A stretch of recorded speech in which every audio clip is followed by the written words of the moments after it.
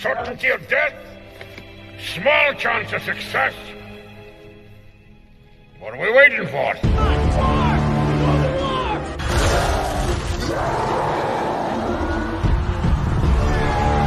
Fellas, I feel this is my lucky day. Brilliant.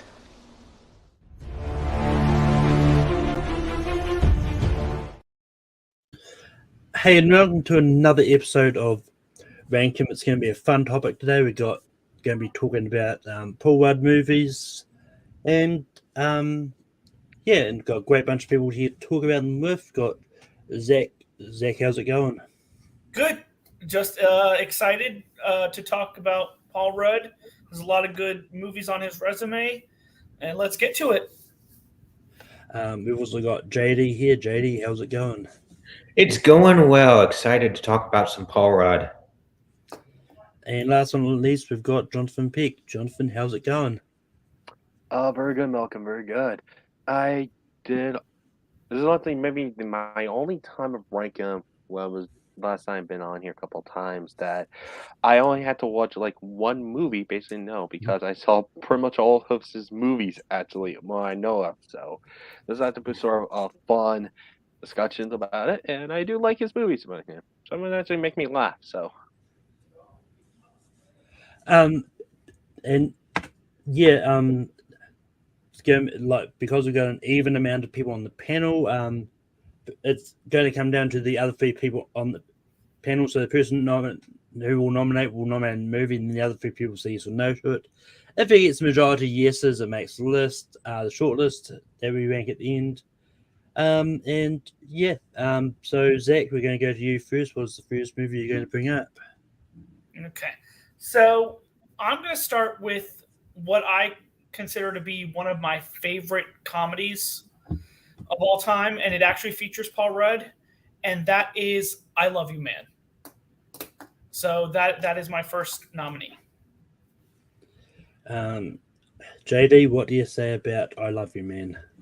It's one of the couple I have of Paul Rudd's movies I have not seen. So, I feel like because I can't really, I don't really have a judgment. I'll go Malcolm's route, which is I'll say yes, just because I can't really, pass judgment on it. Jonathan, what do you say about I Love You, Man? just a couple seconds ago, I had to watch one movie for this show. This is one of them, and I really enjoyed this movie. It's been hovering around for me for a long time. I've seen bits of clips on cable a few years back, but I never saw a full movie of it. I did early this morning, and I really enjoyed this movie. And it's really funny, and him and Jason Segel have great chemistry together. Basically, he's trying to find, quote, a best man. Basically, he never had a, quote, a dude friend along with it. And my favorite part of the movie from that film is basically they were sort of commenting about Paul Rudd's character tried to sell Lou Ferrigno's house, and Siegel's character came in and basically sort of commentating about the other people, so what they're thinking. Maybe this couple is about to fart out, sort of. You know what I'm saying, what I'm talking about. This is a scene that was actually one of the funniest. So I will get yes for I Love You, Man.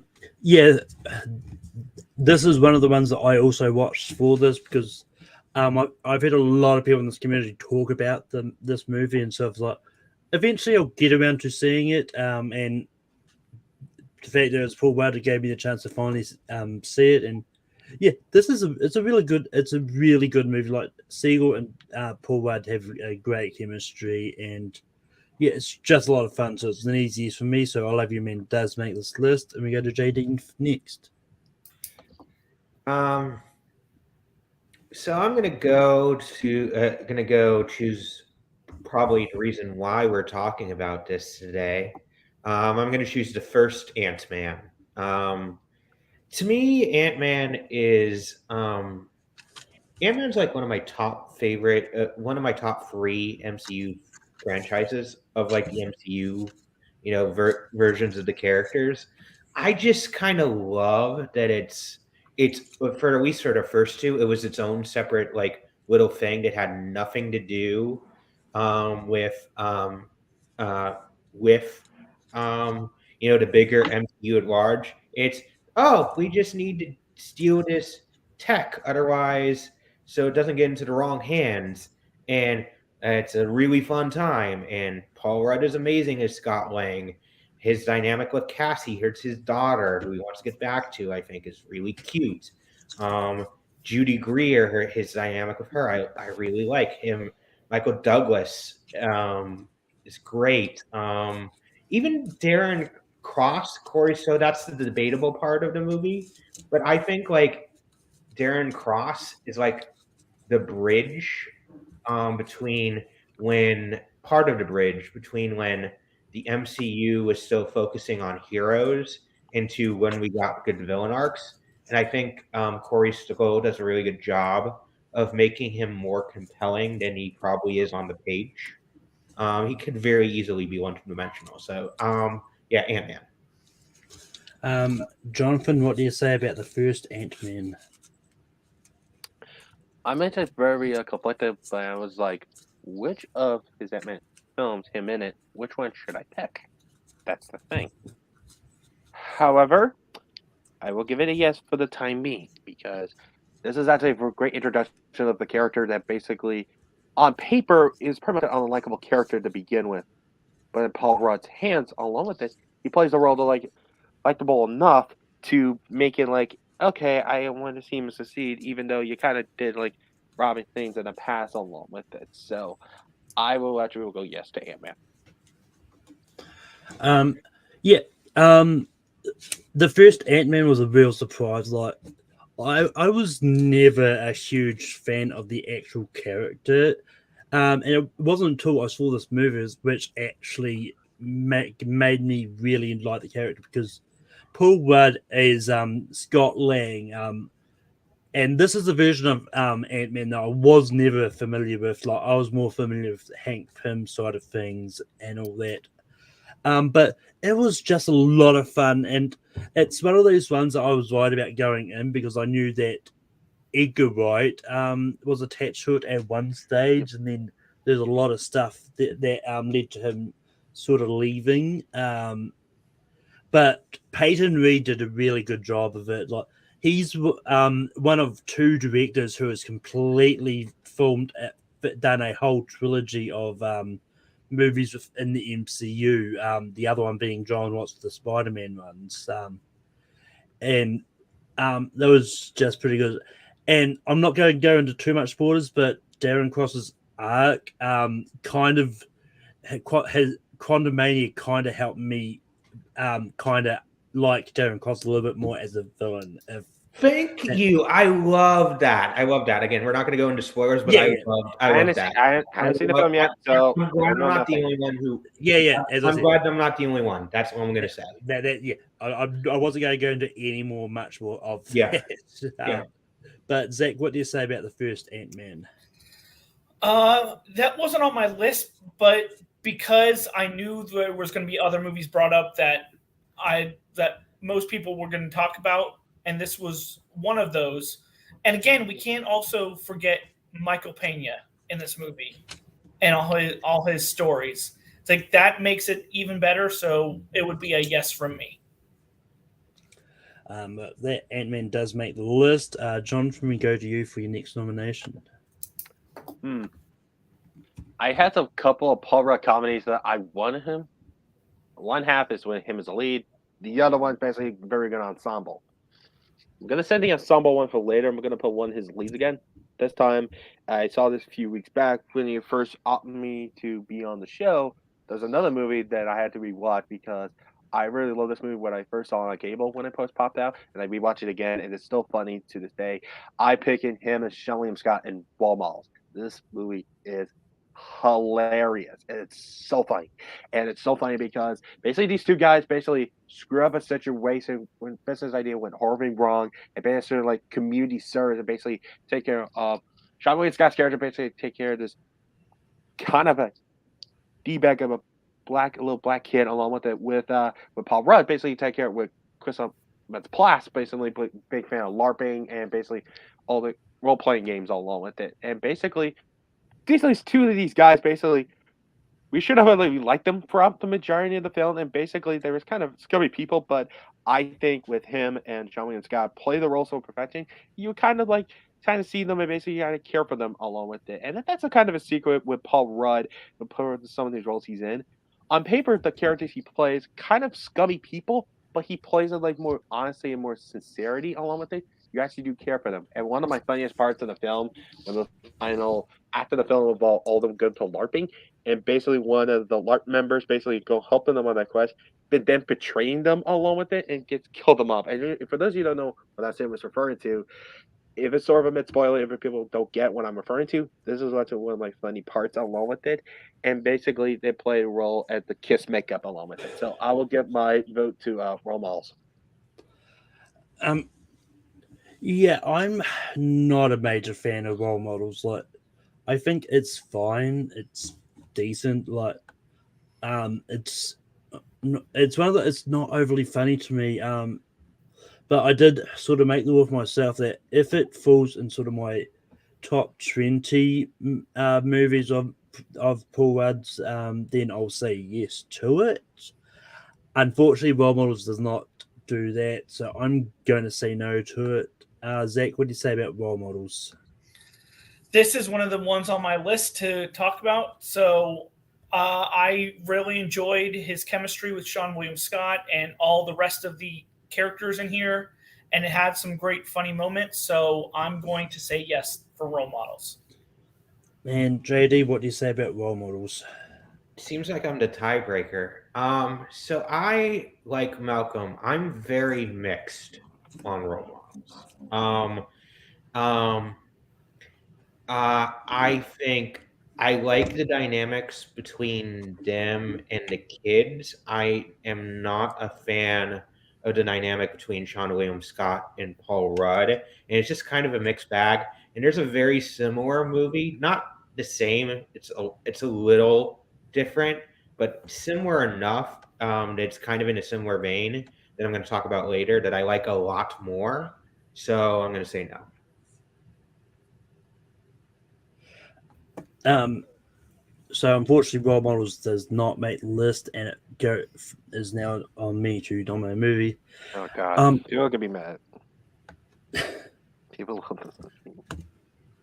People are going to be mad no matter whatever makes the list or what doesn't make the list. It's not going to be as much. There's going to be mentioned many LARPing ideas. Making LARPing means every week people are mad about some of the ideas. So people act like we don't try. We do try. It just didn't work.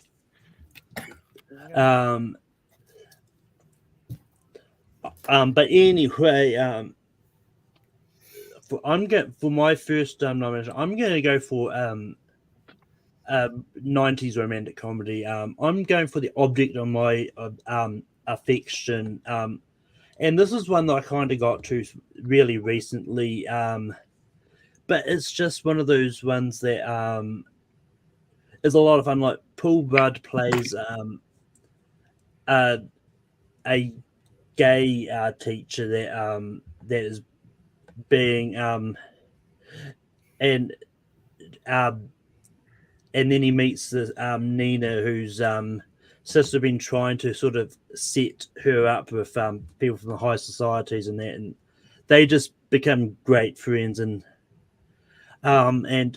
it's just one of those stories that they just go through, and their friendship just really works, and then as most rom-coms goes, they fall in love and all that. And it's just one of those ones. Like, I'm not going to spoil the ending if you want, in case anyone will see it, but it's just one of those sweet romantic comedies that that I just really enjoyed. Like, it's just a lot of a really good story. Zach, what do you say about The Object of My Affection? I've actually never heard of this movie before. So because of that, and because I don't really have much to judge it on, I'm unfortunately going to say no. JD, what do you say about The Object of My Affection? Again, very similar to Zach. I have not seen it, but I'm going to send it to John to be the tiebreaker. Jonathan, what do you say Yes. about what do you say about the object of my affection? All right. Right. Right. Who's next? My picture. You, what do you say about the object of my affection? Okay. I will give it a no. I'll keep it short and sweet because I had not seen it actually. It's one of those ones I just missed. But with that, we go back to Zach for his next nomination. The next one I'm going to do is another comedy, and it has a huge cast and a lot of zaniness. It's been a while since I've seen it, but I remember really liking it, and that is Wet Hot American Summer. JD, what do you say about Wet Hot American Summer? It's a fine movie. It's a fine movie. It's right in the middle for me. Just because I want to keep things moving, I'll say yes. It's like right in the middle. It's like right borderline. So I'll just give it short and sweet. I'll give it a yes. Jonathan, what do you say about Wet Hot American Summer? I mentioned comedy ensembles along with it with him in it. This is one of them, and I will give a yes for Wet Hot American Summer. Not only this movie is funny, and I felt like it gets better the more you rewatch it, the more the age is better along with it when it came out in 2001. Like it's really funny. It's from the creators of The State, and also but that same director who directed my movie got turned down with Role Models, David Wayne, along with it, and they brought their humor what they did with The State throughout this movie along with it. Some members from The State along with it, and my favorite character throughout the film is obviously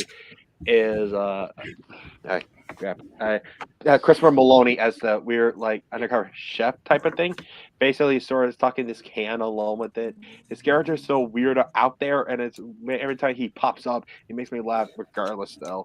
And with a great comedy ensemble along with it. So basically, it was before some of the stars really got big and famous, like Elizabeth Banks, Bradley Cooper, Amy Poehler, and just really sort of like great parody of sex comedies around the 70s and 80s films along with it. So I will give a yes to Wet Hot American Summer. Yeah, and I would have I would have also given this a yes. Like Red Hot American Summer is a movie that I got to pretty late, but I think I watched it for the first time around the time the TV series based on it was coming out on Netflix, and I just really enjoyed this movie. I just thought it was really well done, and yeah, it's just everyone's really good in it. But JD, we go back to you for your next nomination. So I'm going to start going a bit obscure, but I really love this comedy. I rewatched it again for this just to catch up with it. It's called The Fundamentals of Caring. It's a really underrated. Paul Rudd is like a kind of grieving,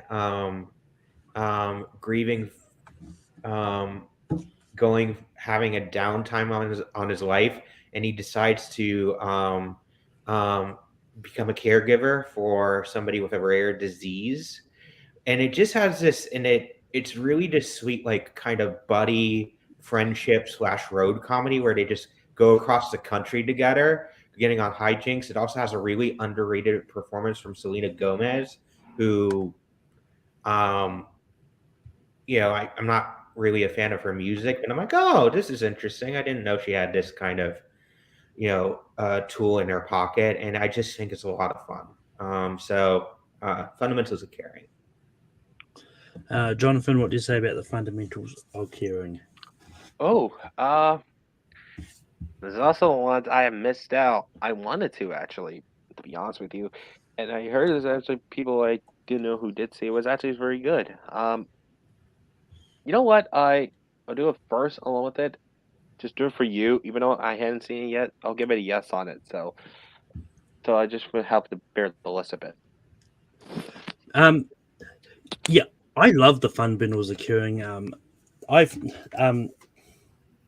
I think it's a really great movie, and it's just one of those ones like it's a really good example of a normally comedic actor going into drama and doing it perfectly. And it's just one of those movies that it's just good. Like, I haven't gone back to rewatch it, but I'm probably going to go to it eventually. But yeah, it's easily a yes for me. Zach, what do you say about the fundamentals of caring? So this is one of his movies that I haven't seen, but it was actually on my watch list for Netflix when it came out, and I just never got around to it. So because of that, I would have also said yes, just because it was one that was on my list. And that fundamentals caring does make the list, and we go back to Jonathan. All right. So I'm gonna pick another ensemble comedy on the list. So I'm gonna pick the bigger one, big ensemble comedy, and I was arguing maybe the more funnier movie on our list. And I'm gonna pick a comedy classic in my eyes. I put 2004's Anchorman: The Legend of Ron Burgundy, the first one, and basically this is a great example of all comedic talents in that movie matching together very well, matched perfectly. Will Ferrell's Ron Burgundy, Steve Carell Hamlin, and David Koechner as Jeff Guide, and Paul Rudd itself in the film plays like a charming, smooth guy. Along with it, has a little bit more swagger to him throughout the movie. Along with it, sort of the cool guy out the four groups, and brings like a little funny weirdness along with it. Even with Sex Panther, he smells very nice, works for him, but everybody around it just gets away with it so much. They had to get sort of like a fireman to holds him out along with that, and the movie itself, along with it, it's a really a funny movie along with that, and brings like a not say a cool factor to it, but it brings like a more suave and confidence approach to it. So I will put my vote to Anchorman, the first one. Yeah, Anchorman: The Legend of Ron Burgundy is easily yes for me. It's just a really good movie, and I'd like to believe that in real news offices they have big news fights in the middle of Central Park all the time. I think it's just a casual Wednesday for them. Although the Central Park was actually for the second one, they just fight in an alley in the first movie. I still think they fight real news places all compete and fight in big battles like that. They just don't report it because they don't want people to know about them. But which that's actually fair. That's actually fair, by the way. But yeah, but Anchorman is just one of those great movies, and it's one of those ones that I find it really funny every time I watch it. And yeah, don't watch the DVD. Don't watch that one. That's just terrible. That's just terrible. There's a reason they cut it out. I mean, it's not so much they cut it out, but they tried to make it into another different movie altogether, which just is unnecessary. But Zach, what do you say about Anchorman? Just like you, Malcolm, this is an easy yes for me. It's very funny. It's very ridiculous, but also very entertaining. So it's a yes from me. And JD, what do you say about Anchorman? It doesn't really matter what I think, so we can just move on. But maybe I'm just avoiding the question. Am I? You don't know. Yeah, it doesn't matter. So that you are saying you just don't like it. Here's okay. So it was a Will Ferrell movie. Like I had not it passed by me when it initially came out, and then when I finally got back to it, it was just like okay, but it just wasn't for me. There are a lot of Will Ferrell movies that I love more. So. All right. Okay then. Maybe we'll get to a game better fight each other. I get it's beloved, and I knew it was going to make the list, so it didn't really matter. One little thing I'll say about Anchorman, though, many years ago when the second movie came out, they had the museum in Washington D.C. They have an Anchorman exhibit, and I took pictures. Basically a newsroom replicating from the first movie, and I took pictures of standing along with it. Even I got a bumper sticker from the museum, basically say "Staying Classy, Washington D.C." along with it, and I got a Ron Burgundy bobblehead along with it. So I just wanted to sort of cool things about it. So just want to put that out there. For my next nomination, I'm going to try to see how this goes because he is only a small role in this, but he's also a pivotal role at the same time. And I'm going to go for Avengers Endgame. And it's while yes, like Ant-Man doesn't really have a lot of screen time in the movie, his role in this is still be pivotal because if that rat had never saved him from the quantum realm, then he would never have gone to the Avengers compound. They would never have done the time travel thing to help save the world. And like Ant-Man does have some really good moments in this. And it's just a really good movie. And yeah. Sales goes, I don't know how this is going to go. So Zach, what do you say about Avengers Endgame? See, I never thought of this movie, but based on everything that you said, I'm going a big yes on this movie. So, JD, what do you say about Avengers? Yeah, Endgame? this is an absolutely no-brainer yes for me. Like to me, it's not a question. Like to me, like yes, you can talk about screen time that maybe there were more people who had more screen time, but he's one of the main Avengers who goes through time and is part of the time heist and is in the final fight. He's one of the main Avengers of the Avengers movie. So he's definitely like part of the ensemble. So yes. And it's Jonathan, what? really- yeah. And Jonathan, what would you have said about Avengers Endgame? I mentioned this earlier in the show. It's like if I pick which Ant-Man character, which his character from the Marvel films I choose, maybe Endgame's one of them. Like, okay, fine, maybe not. He is mainly the one of, I say main character, but there's more pivotal characters of the movie. Like Malcolm said, if the rat thing hadn't pressed that button, the world still would have been doomed regardless. So basically, he's the unsung hero throughout the movie. Got the sons of time Jews right along with it. Well, not the smartest guy in the room. He basically brings enough knowledge enough about the quantum realm to basically help with Tony, with Steve, pretty much everything around the Avengers facility to help them set everyone back. So basically, he is definitely one pivotal character. So I would give it a yes.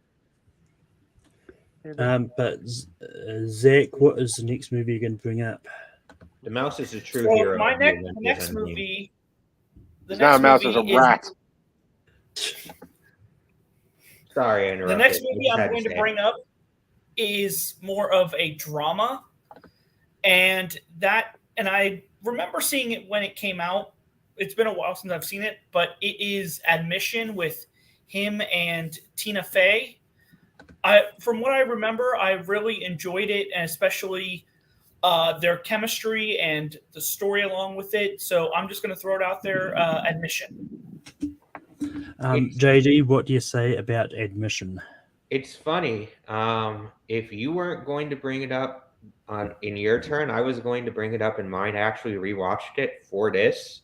It definitely holds up for me. It's a solid like as he like tries to as he was trying to transition into more like dramatic roles. It's a really him and Tina Fey. It's a really solid movie about like somebody who like two people who are like in the midst of like messy lives trying to figure things out, and it like she has like Tina Fey got pregnant before she was going to go to college, and she gave it up. And he's running a school that her son may be a part of, and that it has a lot of ethical questions about like the admissions process that I also find, and about the education system that I find really interesting. So yeah, it's a yes for me. Jonathan, what do you say about Admission? I did see Admission. I don't like that movie all that much. I thought it was just boring, just okay movie at best. So I did have to get nothing sort of attached to it either way. So I will give it a no. Yeah. Admission is one of the movies that I watched for this. And yeah, I thought it was really good. Like, it's just one of those ones I had not heard about until, but it was on Netflix for me, and I was lucky I caught it when I did because it was going to go off Netflix at the end of the month. So and yeah, it was just a really good story, and it's just one that I'm definitely going back to and watching again.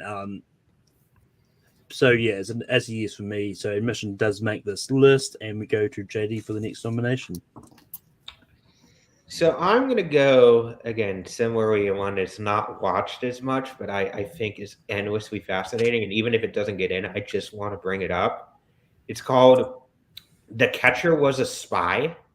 It is a supposedly based on a true story about a catcher in the major leagues in the 1940s who goes to Germany and joins the SSR to uh, try to decipher whether or not information is being truthful or not. It's a really, and he was also gay, a closeted gay man. It's a really interesting movie and a really interesting performance. Yeah, The Catcher Was a Spy. So basically, Paul Rudd is typecast as playing gay characters. But I'll be fair, A closeted gay baseball player who spies for Germany. oh yeah, no, what it meant, like he was a gay character in the Yeah, Opening yeah, Night Fiction as well. yeah. But Jonathan, what do you say about The Catcher Was a Spy? It's a no. I saw a trailer of it once back a few years back, and it just felt like it was a little. It's just a little almost like a weird idea, like a straight like comedy thing where Paul Rudd shows up in this tightly lit movie like this. Not to say he couldn't do it. It just felt like it's something would just felt like it was just never there for me. So I felt like I expected sort of a mere joke along with that. So I will give it sort of a no. Yeah, unfortunately, like I haven't seen this movie, and it's not sort of one of those ones that I really knew much about either. It's like was kind of it's also a no for me as well. Zach, what do you say about The Catcher Was a Spy? Again, I had never heard of it, but based on the description, it sounds like something I would check out. But again, my vote doesn't really matter for this one, but I would have said yes just because it sounds interesting. But unfortunately, it's not going to make the list, and we go to Jonathan. Another one. What should I use? Okay, another power stone that, again, small role in the movie. Well, sort of a supporting role, but not in the movie all that much. But I love this movie so much. It was so funny to me, and I had to put it on my list. So basically, I'm gonna pick Forgetting Sarah Marshall, and the reason I picked that movie specifically, it's it's so funny. Like I love Seal and Mila Kunis in that film, and it's so basically a guy trying to get over a breakup along with it, and what's worse, that basically not only he's trying to get away from it, but it turned out his girlfriend was there at the same time with her new boyfriend along with it. And basically Peter's trying to get away from that. Basically he interacts with Paul Rudd. He plays the surfer bro along with it. He has some surfing lessons along with it. But after he cuts off another lesson, he keeps forgetting him along with it. And he doesn't sort of know about such an airhead, so doesn't even know who he was after his second try along with it. It's actually one of my favorite parts of the film. Not the main one, but it actually was one of them. So I'll give my vote into Forgetting Sarah Marshall. Yeah, I'm not a big fan of Forgetting Sarah Marshall at all. I find it's a very forgettable movie. Excuse the pun, but it's one that I do plan on giving a rewatch at some stage, see if my opinion's changed on it at all. But at this stage, I haven't got around to it, so it's still going to be a no. Zach, what do you say about Forgetting Sarah Marshall? It's not on my list, but I'll give it a tentative yes. It's one that I haven't seen in years, and I'll check it out again. But it's for me, it's a yes, but tentatively. JD, what do you say about Forgetting Sarah Marshall? It's interesting. I do think there's an interesting facet of Paul Rudd's career that I think should be represented on the list, which is where he pops into things for a couple minutes and then just disappears.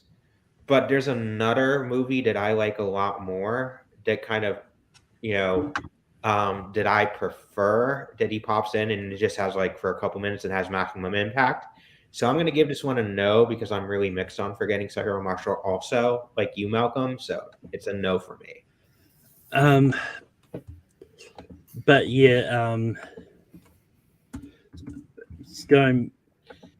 I believe it is back to me. Yeah. So, Jonathan, you brought up Forgetting Sarah Marshall, right? Yeah. Yeah. All right. So I'm going to go for one, which once again he has a relatively small appearance in, but once again I do think his appearance in the movie is really good, and that's The Perks of Being a Wallflower, and done by Stephen Chbosky, but it's just one of those ones that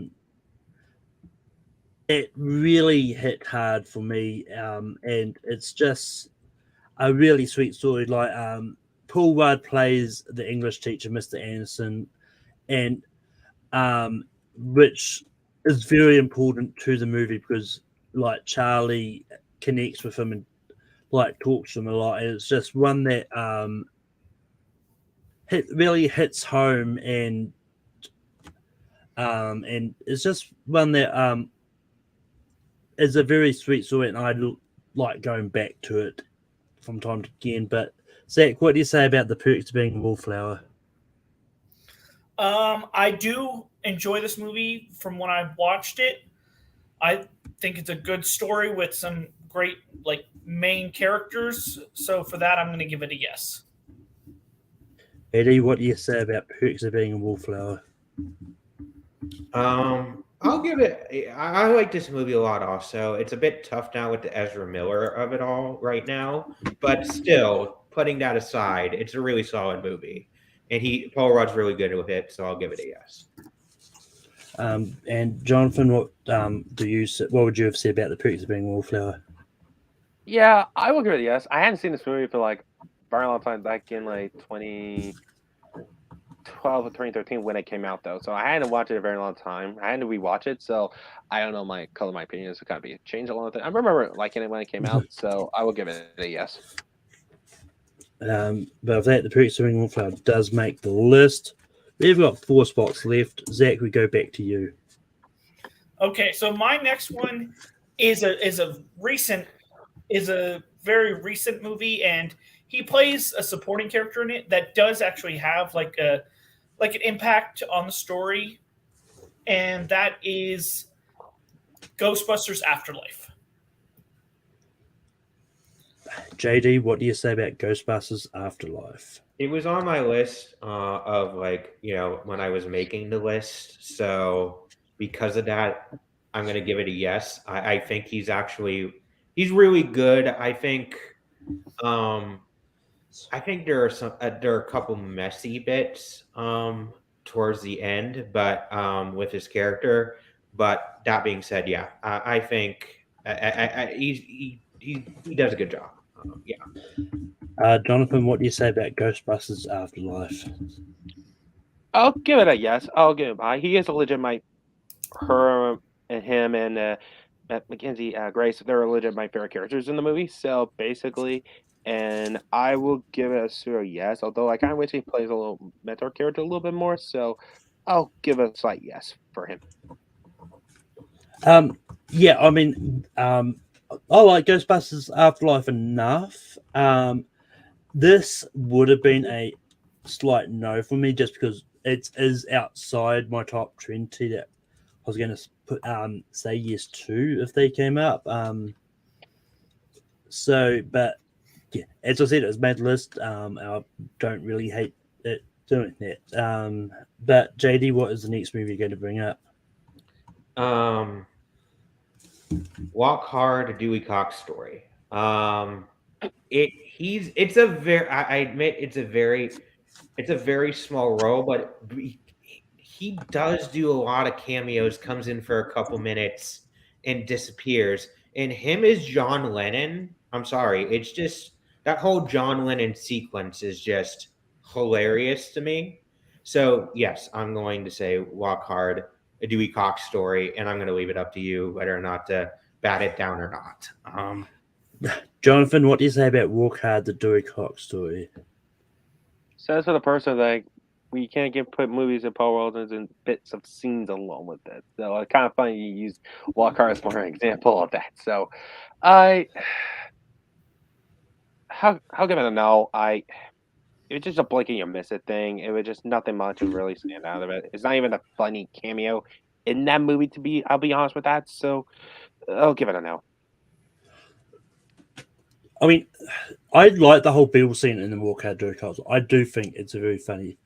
But for me, the rule I made for myself when I was going to be movies I say yes to is that he has to be credited in the movie for myself, and he is uncredited in Walk Hard. And yeah, I mean, he's funny in that little moment, but unfortunately, it's going to be a no for me as well. So it's not going to make the list. Zach, what would you have said about Walk Hard, Dewey Cox story?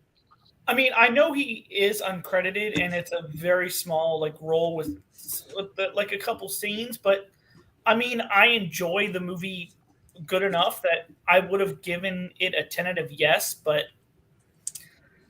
that would have been my vote. So, but Jonathan, what is your next nomination?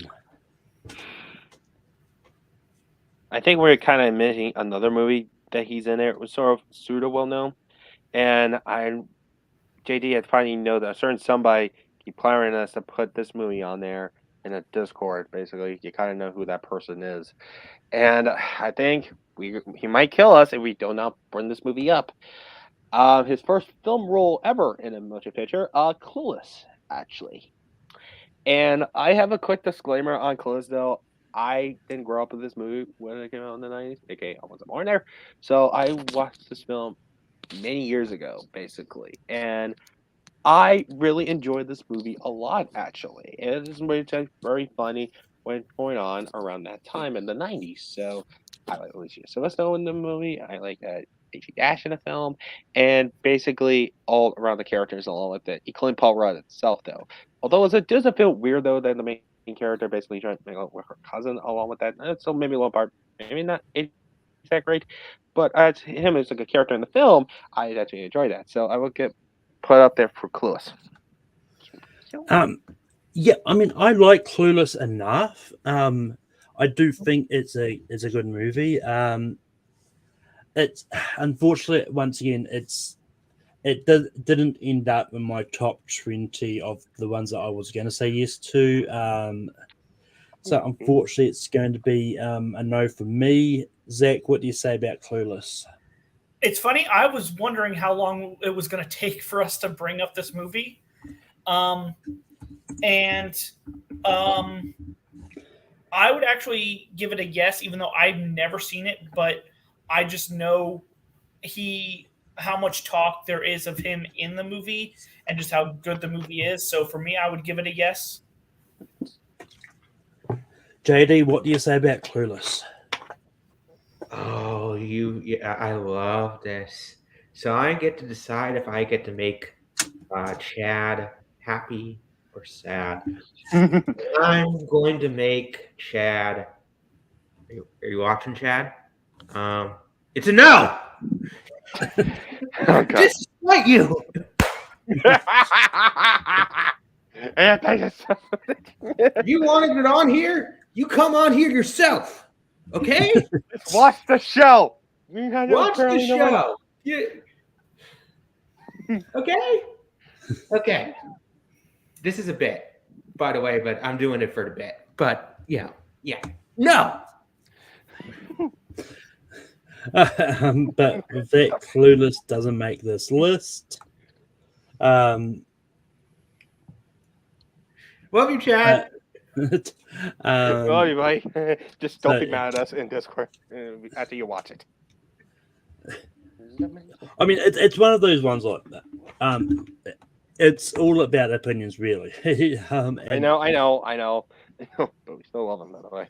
So, for my next one, I'm going to try to see how this goes because I'm one of the few people that think Anchorman 2 is a really good sequel.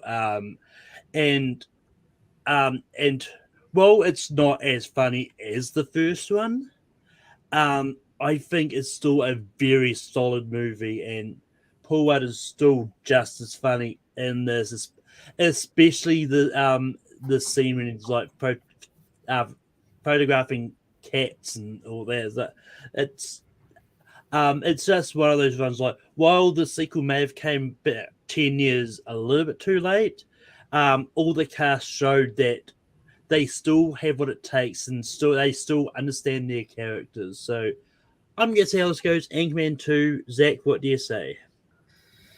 So I do agree with you. It's not as good as the first one, but with having 3 spots left, I'm going to give it a tentative yes, because I mean it's still good, but just not as good as the first one. JD, what do you say about Anchorman 2? Well, you know what I said about the first Anchorman, and I definitely don't think this is as good as the first Anchorman, with agreement with everybody else. So, it's gonna go to John. Jonathan, what do you say about Anchorman 2?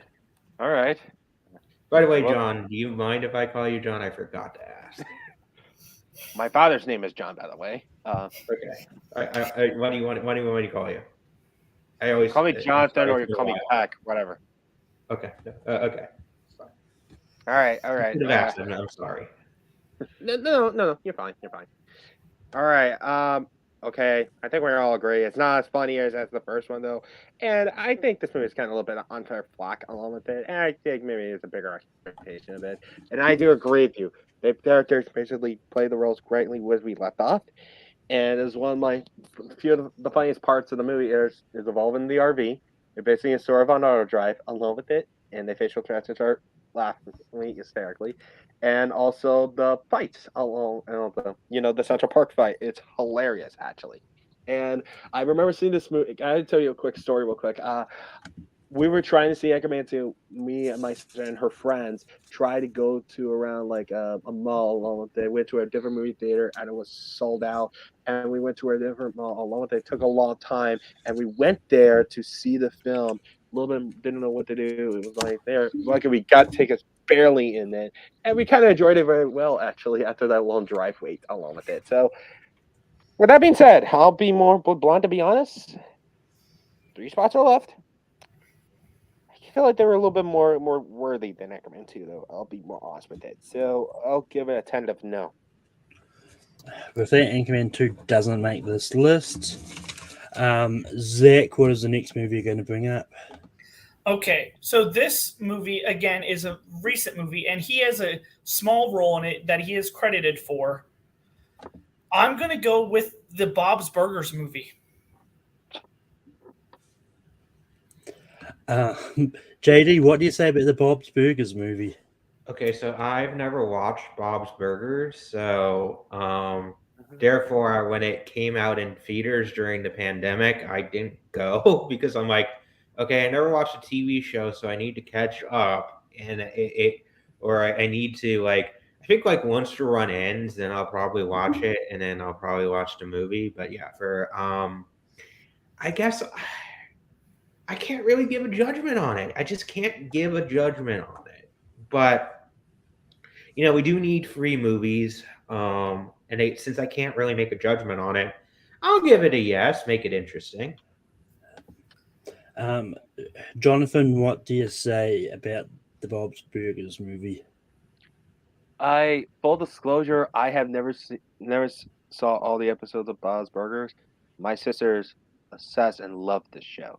So basically, we more sort of made a deal that we'd do like a free movie marathon around last summer. It was Everything Over at Once, the Bob's Burgers movie, and Top Gun Maverick all one day, and we marathon it pretty much the entire day. And I'll be honest, this movie's actually surprised me, and I'll get it a little credit for it. As someone who had never seen an episode of Bob's Burgers, this movie's funny, and it's really funny. And although I didn't remember Paul Rudd being in the film, I don't think there's a voice that kind of like flew under the radar for me, so I don't know what scene part of it he's talking about. So it's still 3 lists. I felt like there's some movies in there could add in the 3 spots. It could be interchangeable. So I'll get a tentative no. Yeah, I mean, for me, like when I made my letterbox list of ones I left off his uncredited runs and his cameos. And yeah, I think the Bob Burgers movies is a surprise. Like just like JD and Jonathan, I never watched the series. Like, and it's one of those ones that you actually don't really need to have seen the series to understand the movie. That much. Like they do a good job of having it stand on its own. But yeah, unfortunately, I don't remember Paul Rudd as Jericho in the movies. So it's also going to be a no for me. JD, what do you say? What is the next movie you can bring up? So his role in this, like a lot of some of the ones we talked about today, is small, but it is pivotal. And it is set up in the post-credit scene of Ant-Man where they're talking to Bucky and they say, and Falcon says, I know a guy. I'm talking about Captain America Civil War. And if it wasn't for Ant-Man being there, Bucky and Cap would not have made it to the plane. So it's a pivotal role. It's a small role, but he does a lot with his screen time, and he's major in his role. I mean, depending on what point of view you want to use, you may say he had a big role at one point. Yes, Really big. But Jonathan, what do you say about Captain America: Civil War? I yes, he's a pivotal role, and also thinking his big role in the movie, I got a Funko Pop with him as Giant Man, Spider-Man with that Captain America shield with Hawkeye in it. But those are my favorite sequence in the movie along with it. So I always love that movie for that. And basically, even so, role he's in along with it, it's funny. It brings a little surprise in the theater when I first saw it. Is turning to Giant Man, like holy crap! Basically, along with it, and my favorite part in the movie, just Vision goes through his chest, is like something is going through me, and just freaked out along with it, and basically just falls down after he de-giant sizes. Like, is that something like orange? Cuties or lemons or whatever he says along with it after he just got exhausted himself. So basically, I will give it a yes for that. Even for limited spots, I'll give it a yes for Civil War. Yeah, I mean, I do like Civil War enough. It's one of those ones that, well, yes, like Ant-Man does have a semi-important role in the movie because partly because he is involved in that big fight and all that.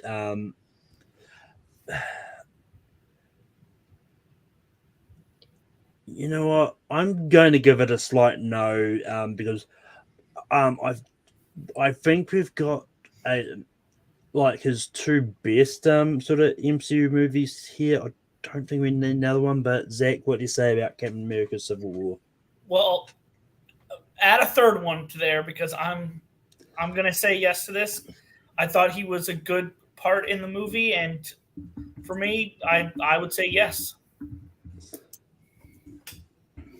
But Jonathan, what do you say? What is your next movie you're going to bring up? I'm gonna put one of his earlier films on there, and people kind of go back to rewatch it. It's like, oh yeah, he's in that movie. Actually, he's actually more sort of surprising a pivotal role in the movie if you go back to rewatch it. And I'm gonna go outside the box on this. I don't know what the panel's gonna feel about this. I'm picking 1996's Romeo and Juliet by Baz Luhrmann. And people forget in the movie he plays Paris in the film along with it. And basically sort of like the one that Juliet is sort of representing to try and meet and dance along with it. And you kind of know the story of Romeo and Juliet, so I'm not going to go specific details. And I just want to tell Paul Rudd's opinion to the film, and surprisingly plays like a dopey guy very well along with it, and surprisingly works very well in the movie. And I go back to I was like, oh yeah, I forgot he's in that film, but also very good in the movie along with it. So I was a little more surprised on it. So I was waiting till later on the list and people was going to bring it up. So I had to be the one to do it. So I'll pull my vote in for Romeo and Juliet. Yeah.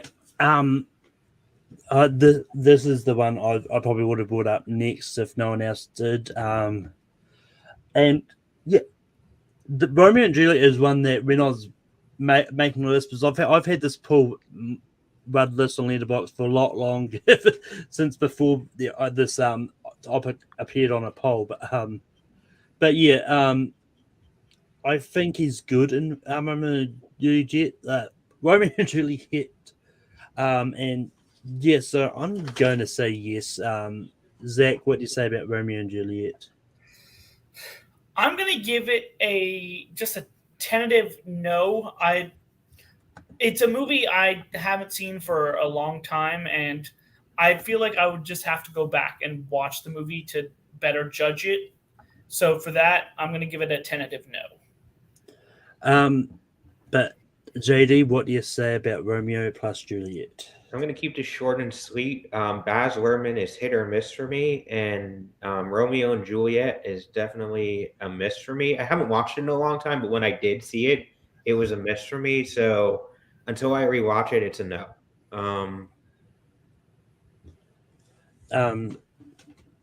But yeah, with that, Romeo and Juliet doesn't make this list.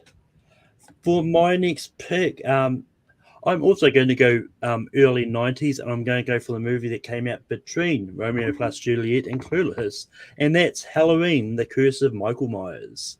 And look, this, I did a whole watch of the Halloween movies last year, and this one I really enjoyed. I know this is one of the ones that people really don't like that much. But I think this is good. And I think Paul Rudd, and him especially, is really good in this movie. And I think because he is the main guy in this one. And I think he's just really good in the movie. And I think it's worthy of being on a list. Zach, what do you say about Halloween, The Curse of Michael Myers? I'm not sure if I've seen this one or not because I've only seen a couple of them. But I'll give it a tentative yes because I kind of want to watch all of the Halloween movies. I just haven't gotten around to them yet, so I'll give it a tentative yes. JD, what do you say about Halloween, The Curse of Michael Myers? It's funny. Similarly, I watched all the Halloween movies last year, and it was around the time of Halloween Kills. I watched all of the Halloween Kills, and yeah, this movie is completely bonkers, and I get why it probably wasn't popular at the time, but I don't care. It's bonkers. It's great. Yeah, it's yes. If that makes list, Jonathan, what do you say about Halloween, The Curse of Michael Myers? My opinion wouldn't matter, and correct me if I'm wrong. Isn't that the Halloween movie with the Busta Rhymes run? No. Busta Rhymes was H2O. Yeah. H2O. Okay. Yeah, that movie is interchangeable for me, but it's just interchangeable with it. So that's the reason. So give it on that. But with that, we've got one spot left. Zach, what's the movie you're going to bring up? I'm actually surprised that this movie has not been brought up yet, and It wasn't on my list, but it's one I can definitely remember because I have seen it recently. And that is the 40-Year-Old Virgin. JD, what do you say about the 40-Year-Old Virgin? I'm just gonna say no because I want to make things interesting. It's not even like did I dislike it. It's just I want to make things interesting. I want to see what you and John do, Malcolm. So that's the only reason why I'm giving it a no. I just want to make things interesting. Jonathan, what do you say about the 40-Year-Old Virgin? I kind of forgot. Okay. No, I'm just kidding. Okay, and I will give it a yes because let's make the list. It's part of ensemble, yes, but even in the ensemble, he's great in it. Basically, sort of like giving Secret advice throughout the movie, along with Seth Rogen, and brings us sort of like a weird help along with his situation, along with his Secret's day in life. So I will give it yes for 4-year-old virgin. Yeah, I mean, this is a tricky one for me because I do like the 40-Year-Old Virgin. I do think it's a good movie. I think like Paul Rudd in this movie though is not overly memorable. So, and I think he's more memorable in another Judd Apatow movie with the 40 in the title. So I'm also going to go no for 40-Year-Old Virgin. JD, we go back to you for your next nomination. It's funny you bring that up because I was deciding between two, and that was one of them. So I'm going to bring it up. This is 40. I do actually think because I do find kind of like I do think it's It's an interesting subject matter that you don't really see. You didn't see that often in movies, which is just like a marriage that has become mundane, and it's just like their life, and they're just they're in the middle of their life, and this is it, and it's just it's a window, and then it ends, and I find it really interesting. So yeah, I'll bring up This Is 40. Jonathan, what do you say about This Is 40? When JD's gonna say, it's funny you mentioned that up. I thought he was gonna mention the other Judd Apatow movie that's loosely may or may not connected to this movie, if you get my drift. And based on that, I really hope the panel is gonna run with me with this. And I will give it to no, but This Is 40. I just found that movie to be okay, and it was just all right. And I get what they were trying to do, but at the same time, it kind of drags out way too long, even overindulgent in most comedies in general. It's getting over too long with this. So basically, with that, I would give it a tentative no. I thought you were referring to the other one. Yeah, I know if my good friend Austin Howe was watching this, he would have commented with Judd Apatow movies are too long. But that being said, I actually really enjoy This Is 40. I think it's a really good movie, and I think it definitely showcases like Paul Rudd as a leading actor. And I think it's just great. So it's going to be yes for me. But Zach, what do you say about This Is 40? So I've never seen this movie, but I've heard good things about it. So for that, I'm going to go yes. And This Is 40 is going to close up the end of the list. But Jonathan, did you have any honorable mentions? Well, I thought the movie you're going to refer to at first for JD was that the predecessor, pretty superior movie, is Knocked Up in the film, and basically it was that, and the other Rudd movie that I had in mentions, but I don't know how much it got far with it.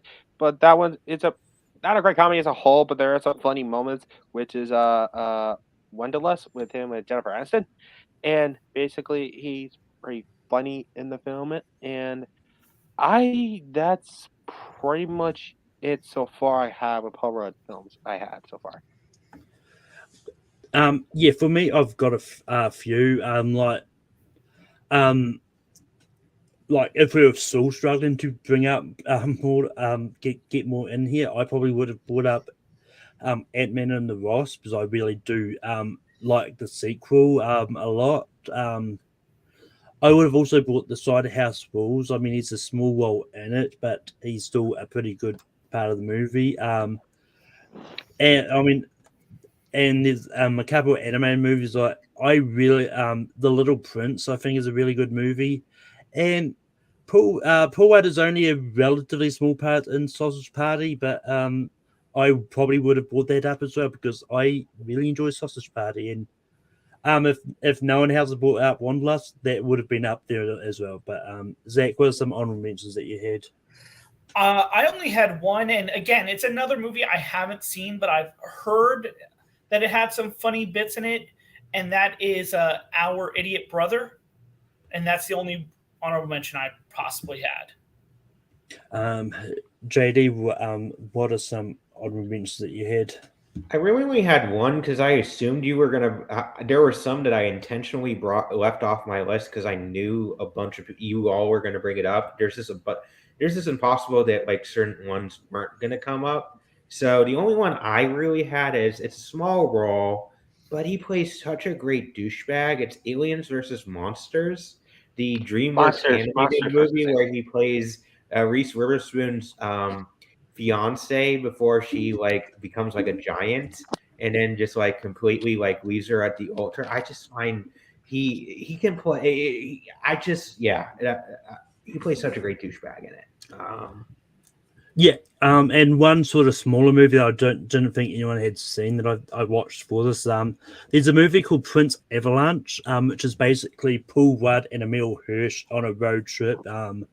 Like they're the only two people in the movie, and I think it was really good. I just didn't bring it up because I didn't think it was widely seen, which may or may not have been true. But that being said, it's time to get to the actual ranking of this, and how we do that is going to be write on a whiteboard what the movies we think should be at like 12, 11, and so on. And yeah, some that came up in the some people that Leo said in the chat. We got The Shape of Things, 200 Cigarettes, Dinner for Schmucks, How Do You Know, Over Her Dead Body, and he also mentioned Prince Avalanche too. But yeah, I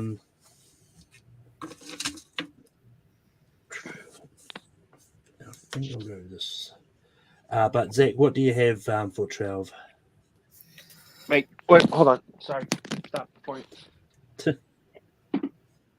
I forgot to put this up. Sorry, my bad. It's all good. But Zach, what do you have for 12? This is 40. JD. Wet Hot American Summer. Okay, I got it. Jonathan. Got it. Sorry about that. Yeah, Jonathan. Jonathan, you're up. What do you have for 12? Oh, a mission. I've got Ghostbusters Afterlife. So we've got Ghostbusters Afterlife, Wet Hot American Summer, Admission, and this is 40. Chat. What do you think should be at 12? I will set up a reel just in case it takes a long time for an answer to pop up.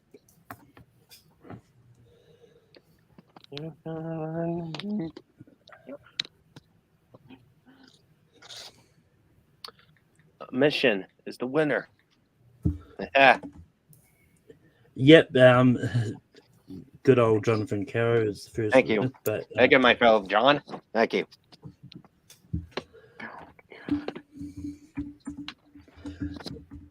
All right. But there we go over to the number 11. JD, what do you have for 11? Still Wet Hot American Summer. Jonathan, are you sticking with what you had? No. I had a mission last time. Go write something else. Oh, what? I mean, you could write admission again. Just I would. Let me almost finish. Give me a second. All right. I get it. Halloween, The Curse of Michael Myers. Ghostbusters Afterlife. And we're going to have another tie again. This is 40. So, chat, we've got Red Hot American Summer, Halloween, The Curse of Michael Myers, Ghostbusters Afterlife, and this is 40. Just say what one you want. In the chat, the first one that comes up is the one that will be the one that decides it. But once again, I'm still going to get this real ready just in case we get a point where and yeah, both Leo and Jonathan see Halloween, The Curse of Michael Myers. So yeah. Hold on. Let me respine again. All right.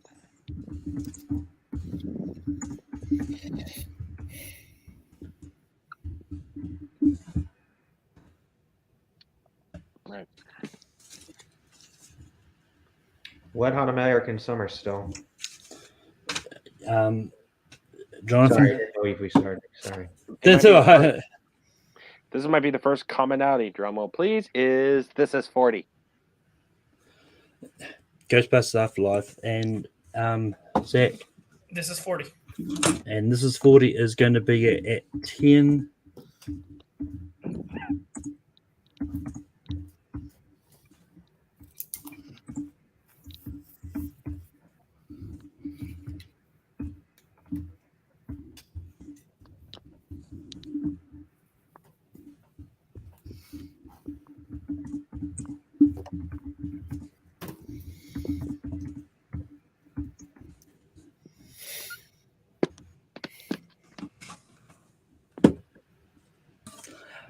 Right. Got it.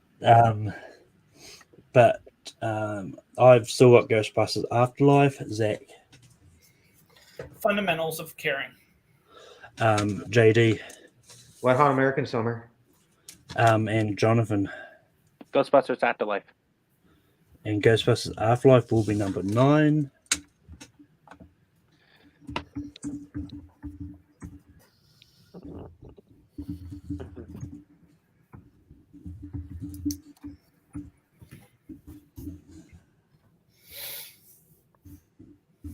All right.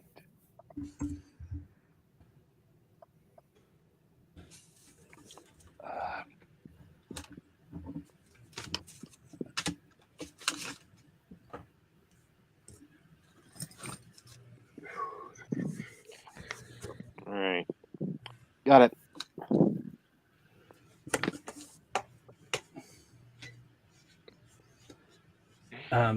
But Zach, what do you have for 8? Fundamentals of Caring. JD. I Love You, Man. I love you too, but Jonathan. The Fundamentals of Caring. I put Captain America Civil War, but the fundamentals of caring is going to be 8.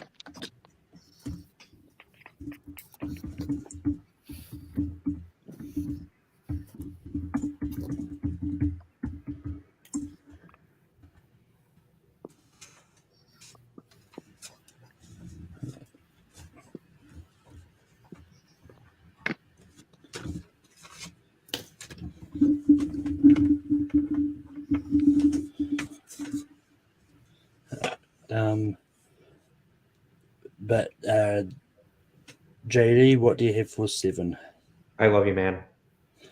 Jonathan. I love you too, JD. But we have a Civil War with us. Civil War. And Zach. It doesn't matter for mine. I put Wet Hot American Summer. All right, let's go. Let's go.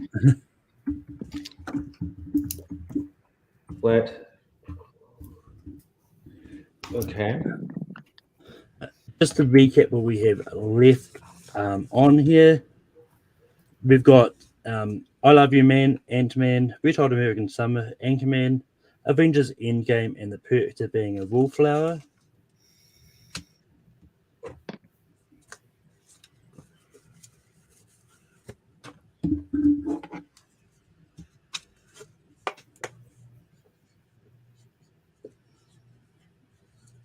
But JD, Wet Hot American Summer. Jonathan, Perks of Being a Wallflower. Red Hot American Summer, and Zach. Wet Hot American Summer. All right.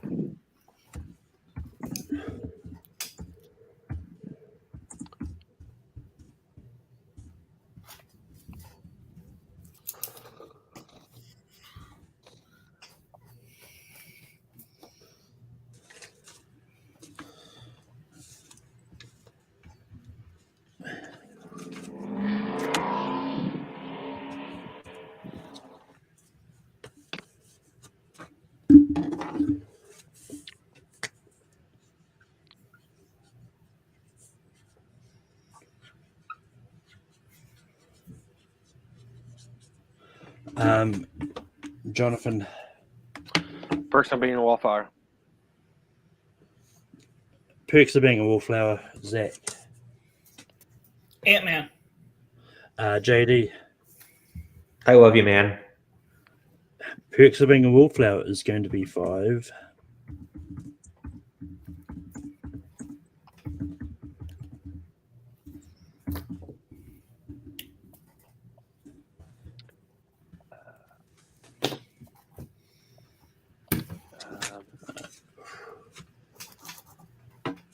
All right.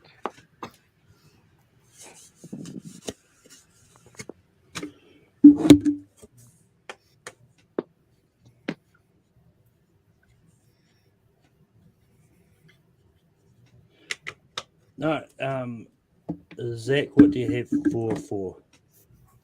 Ant-Man. JD, I Love You, Man. The Jonathan. movie, not saying I love any of you. I was gonna say for a second. All right. Ant-Man. I Love You, Man. So, chat, we've got I Love You, Man or Ant-Man. The first comment I see in the chat is the one that decides what one ends up at 4.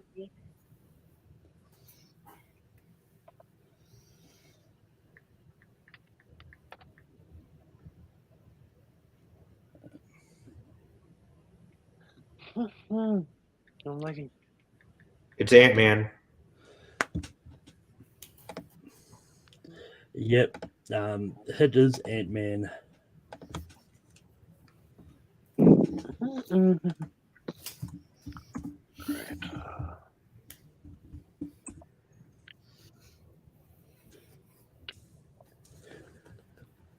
Right.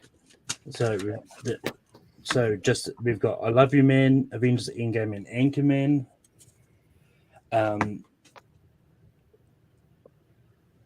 Jonathan, what do you have for 3? Wait. Hold on. Change my mind.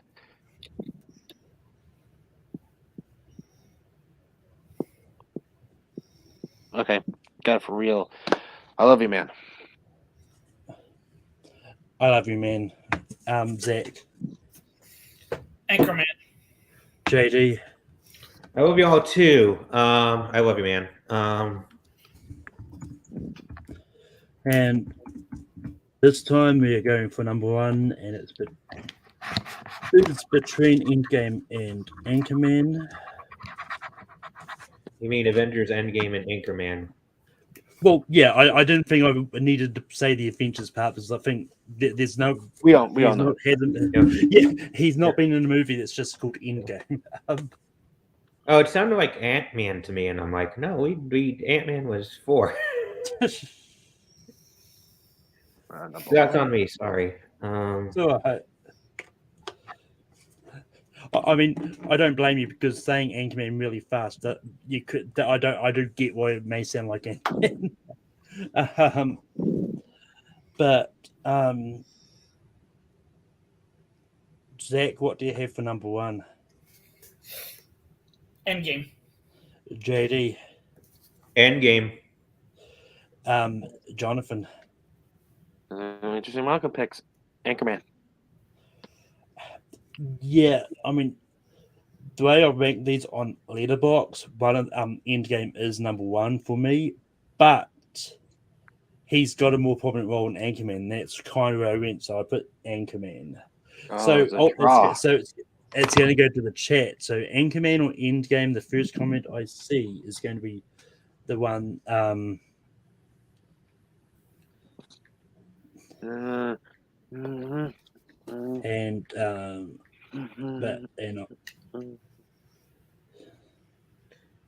Anchorman is one.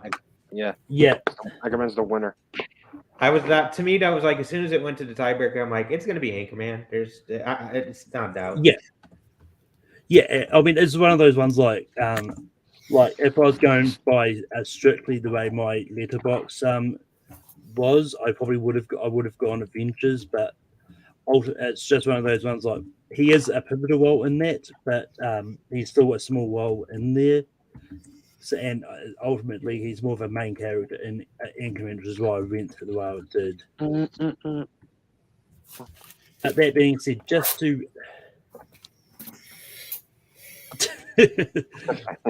I really hope. But with that, to recap out, they were meant. but I was gonna say they meant. But to recap our top 12 Paul Rudd movies, at 12 we had A Mission. At 11 is Halloween, The Curse of Michael Myers. At 10 is This Is 40. At 9 we've got Ghostbusters Afterlife. At 8 we've got The Fundamentals of Caring. At 7 we've got Captain America Civil War. At 6 we've got Red Hot American Summer. At 5 we've got The Perks of Being a Wallflower. At 4 we've got Ant-Man. At 3 we've got I Love You Man. At 2 we've got Avengers Endgame. And number 1 is Anchorman. But with that brings us to the end of another episode of Rankum. Next week, the topic is going to be see what is leading the poll. It is going to be animal attack movies, which is a really interesting topic all on its own, but that's in conjunction with the release of Cocaine Bear. But Zach, where can people find you online? I am a lot of places. I do have a official YouTube channel where I do movie reviews under Movie Fan Z, so you could check that out. JD, where can people find you online? You can find me at my handle at JD Domash. I do a number of things on the internet. Me and Malcolm are part of an MCU trivia league. And this has been, he mentioned it, so I think I can say it. I'm going to be facing the winner of Malcolm versus Stacy. We could be getting that rematch, Malcolm. That would be interesting. And then, I was also on the Dill Pickle Network, just had their 24-hour subathon. You can find both parts on his YouTube channel. I was part of Draft Day. It was a lot of fun where we draft films based on the alphabet. So we went A through Z. It was a lot of fun. And just find me on other updates on my handle. Yeah, I mean, I think Dylan said he's going to be releasing each of those episodes as separate videos as at some stage as well. I think he said some of them. Yeah, the main shows will be released as separate episodes, I believe. But Jonathan, where can people find you online? If you see it on the screen, you see my screen right here. Follow me on Instagram and Twitter at JPET1098, and you can follow me on Facebook at Jonathan Beck. And I'm around the internet, which is basically on TMG, judging matches or even competing some matches and down the line. And basically, I just pop up an episode. Basically, we talk about a couple of tournament fights around during and channel. We talk about Al Pacino and Robert De Niro films on tournament sites from 2 days ago. We recorded it. We have a lot of fun there, and that's pretty much it. I had to plug. And yeah, I mean, you can find me on Take 3 Productions, where I host Rankum every Sunday. I also host Gone with the Wind, which is usually earlier every Sunday as well. But we're going to have a special guest on there. I honestly can't remember the name of the person now.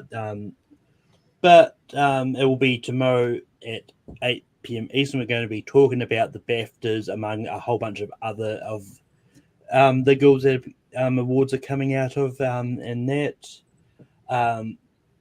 If you haven't already, you've got 1 week to do so.